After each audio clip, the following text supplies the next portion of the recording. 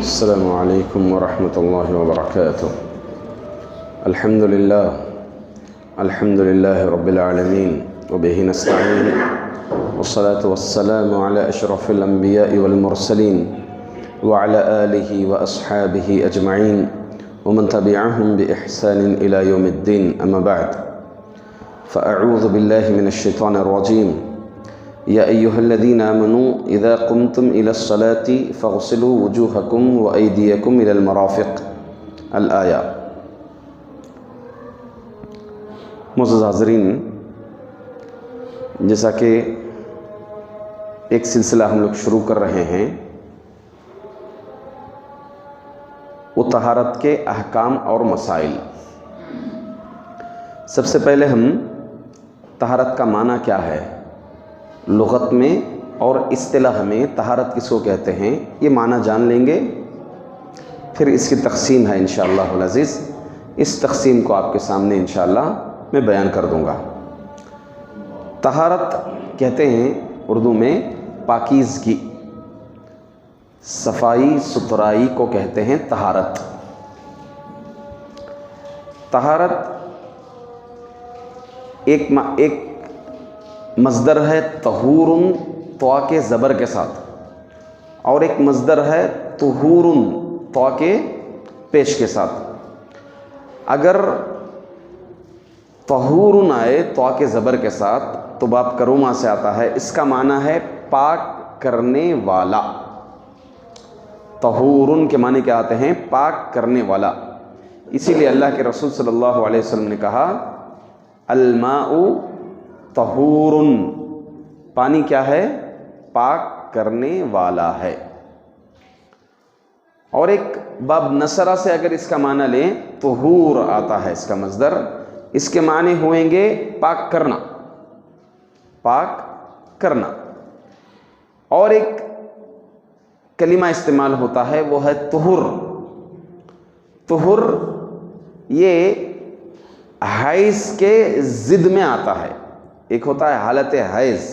عورت کی دو حالتیں ہوتی ہیں، ایک ہوتی ہے حیض کی حالت اور ایک ہوتی ہے طہر کی حالت. تو بقیہ جو 22 دن کے ایام ہیں اس حالت کو کہتے ہیں پاکی کی حالت، یعنی طہر کی حالت.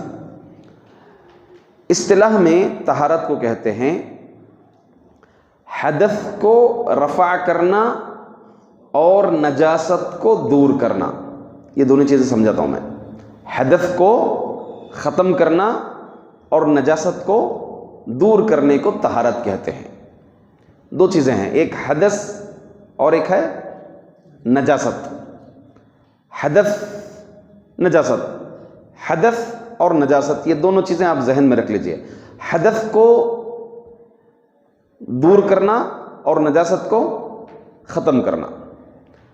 اس کی تقسیم ہے آپ کو تب جو ہے یہ حدث کس کو کہتے ہیں اور نجاست کس کو کہتے ہیں، ان دونوں چیزیں اچھے سے سمجھ میں آ جائے گی. طہارت کی دو قسمیں ہیں، ایک ہے حسی اور ایک ہے معنوی. معنوی طہارت ایک ہے اور ایک ہے حسی طہارت.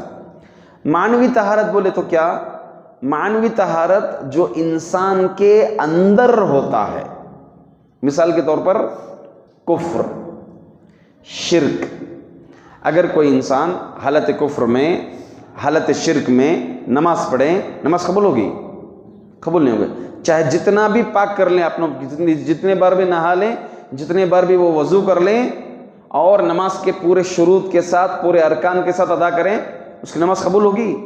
نہیں قبول ہوگی.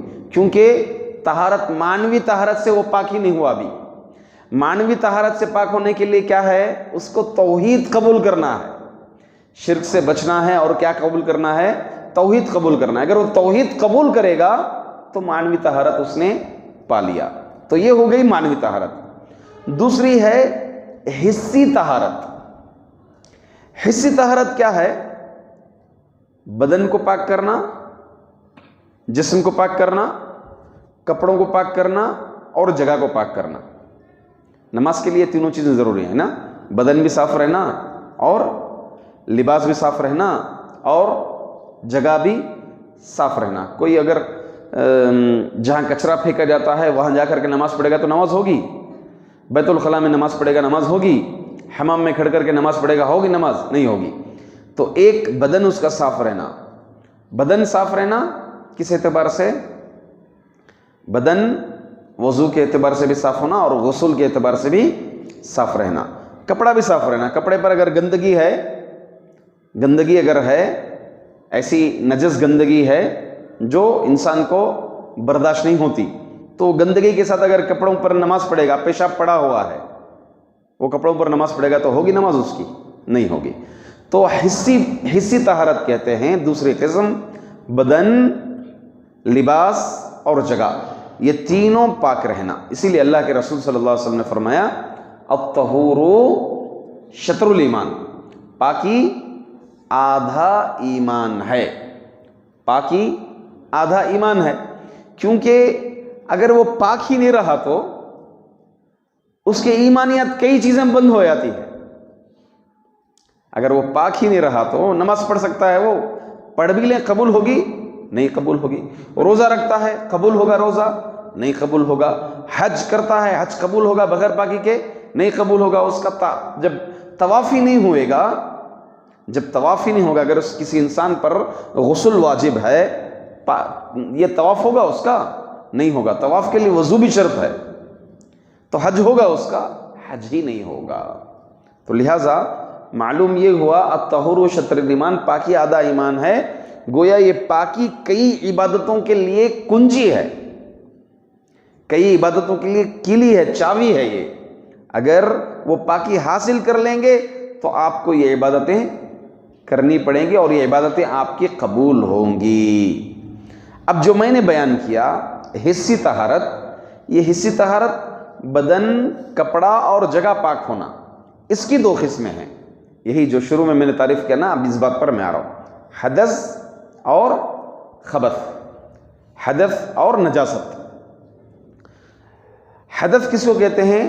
حدث جس میں انسان کا بدن پاک ہو باطنی اعتبار سے۔ کس سے پاک ہو؟ جس سے غسل اور وضو واجب ہو جاتا ہے۔ جیسے مثال کے طور پر ہوا خارج ہو گئی تو گویا اس کو پاک ہونا ضروری ہے، یہ حدث کی طہارت حاصل کرنا ضروری ہے اس پر۔ اونٹ کا گوشت کھا لیا تو ایسی صورت میں حدث کی طہارت حاصل کرنا ضروری ہے، یعنی وہ تمام چیزیں جس سے غسل اور وضو واجب ہو جاتا ہے، اس کو کہتے ہیں طہارہ من الحدث، حدث سے پاک ہونا۔ اس کے علاوہ دوسری چیز ہے خبث، جس میں انسان کا بدن ظاہری اعتبار سے پاک ہونا، انسان کا بدن ظاہری اعتبار سے پاک ہونا۔ اگر پیشاب یا پاخانہ ہاتھ پر لگا ہوا ہے، زیادہ لگا ہوا ہے، تو وہ نماز پڑھے گا تو نہیں، اس کو پاک ہونا بہت ضروری ہے۔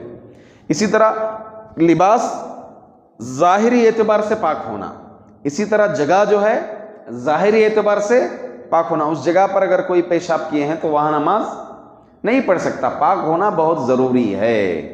تو یہ ہے نجاست سے پاک ہونا، اور یہ ہو گیا حدث سے پاک ہونا۔ جیسے میں نے کہا وضو ٹوٹنے والی چیزیں، غسل توڑنے والی چیزیں، یہ حدث سے پاک ہونا۔ ظاہری پاکی یہ نجاست سے پاک ہونا۔ اسی لیے میں نے تعریف میں بتایا کہ طہارت کہتے ہیں حدث کو دور کرنا اور نجاست کو ختم کرنا، اس کو کہتے ہیں طہارت۔ پھر حدث کی دو قسمیں ہیں، ایک کبرا اور ایک صغرا۔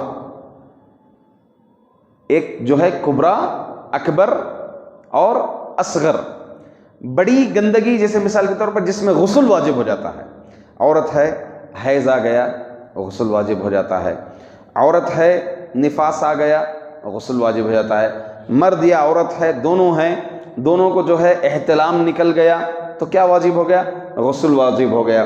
ہم بستری کر لی، غسل واجب ہو گیا۔ اس کو کہتے ہیں اکبر۔ اکبر اصغر جس میں وضو واجب ہو جاتا ہے، جیسے منی، مدی، اور اسی طرح سے پیشاب آ گیا، اسی طرح سے ہوا خارج ہو گئی، اونٹ کا گوشت کھا لیا، گہری نیند ہو گئی، اس کو کہتے ہیں جس میں غسل واجب ہو جاتا ہے، اس کو حدث اکبر کہتے ہیں۔ اور جس میں وضو واجب ہو جاتا ہے اس کو حدث اصغر کہتے ہیں۔ تو آج کے درس میں آپ کو دو باتیں بتایا، ایک طہارت کا معنی، لغت میں طہارت کا معنی کیا ہے، اصطلاح میں طہارت کا معنی کیا ہے، پھر طہارت کی تقسیم، تاکہ آپ اس چیز کو اچھے سے سمجھ سکیں۔ انشاءاللہ یہ سلسلہ جاری رہے گا۔ اللہ تعالیٰ سے دعا ہے کہ اللہ رب العزت ہمیں طہارت اکبر و اصغر سے ہمیشہ پاک رہنے کی اللہ تعالیٰ، حدث اکبر و اصغر سے پاک رہنے کی اللہ تعالیٰ توفیق عطا فرمائے۔ آمین۔ وآخر دعوانا ان الحمدللہ رب العالمین۔ السلام علیکم۔